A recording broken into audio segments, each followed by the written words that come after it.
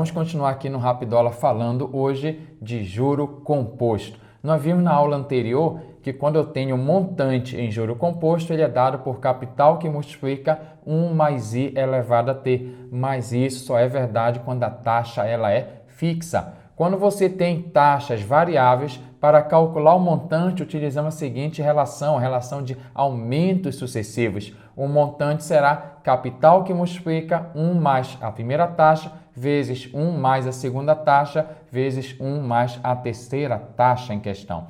Observe, por exemplo, se eu tivesse a seguinte questão. Apliquei R$2.000 em um fundo de ações durante 3 anos e não fiz nenhuma retirada nesse período. No primeiro ano, o rendimento foi de 10%, no segundo ano, 5% e no terceiro ano, 4%. Qual foi o montante acumulado no final da aplicação? Você faz assim.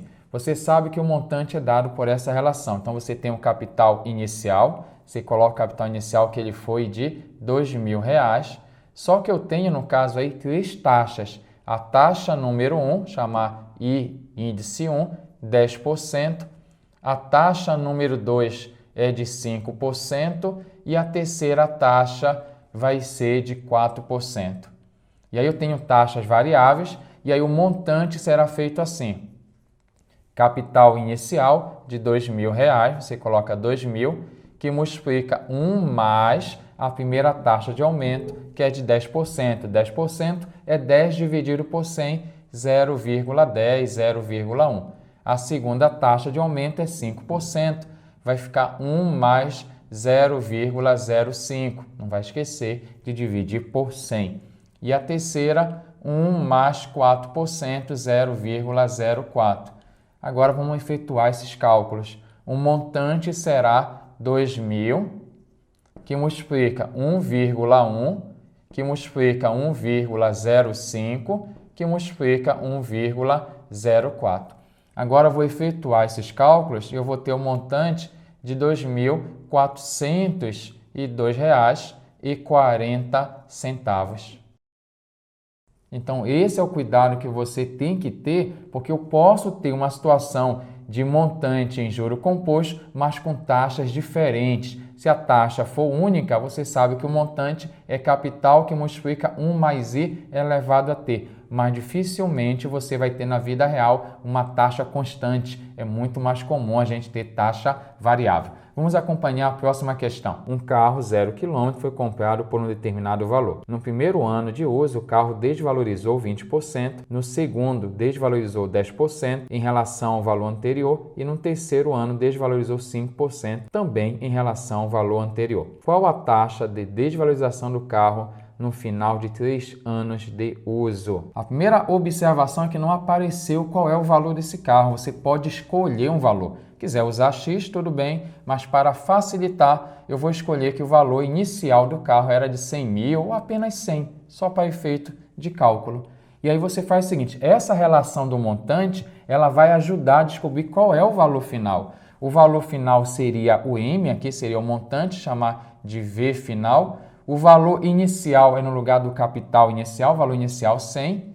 E no caso, como é uma desvalorização, aqui não será mais e sim menos. Vai ficar 1 menos. Primeiro ano, 20%, 20 dividido por 100, 0,2. Segundo ano, 10%, 1 menos 10%, 0,1. E o terceiro ano desvalorizou 5%, que vai ficar então 1 menos 0,05. Agora eu vou efetuar os cálculos.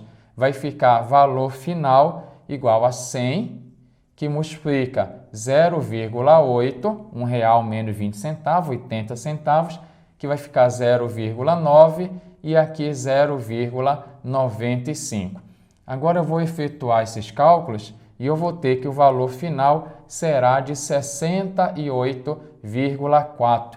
Vamos pensar o seguinte, se aqui é 100%, né, que é o valor do carro é 100%, daqui a 3 anos o carro está custando 68,4% do valor inicial. Então, houve uma desvalorização. Quantos por cento desvalorizou é o que eu quero saber. E aí, nesse caso, basta você subtrair 100 menos 68,4, que você vai encontrar 31,6 em relação ao valor base de 100, que eu escolhi 100 para ser direto a taxa percentual. Então, eu vou ter aqui uma desvalorização de 31,6%.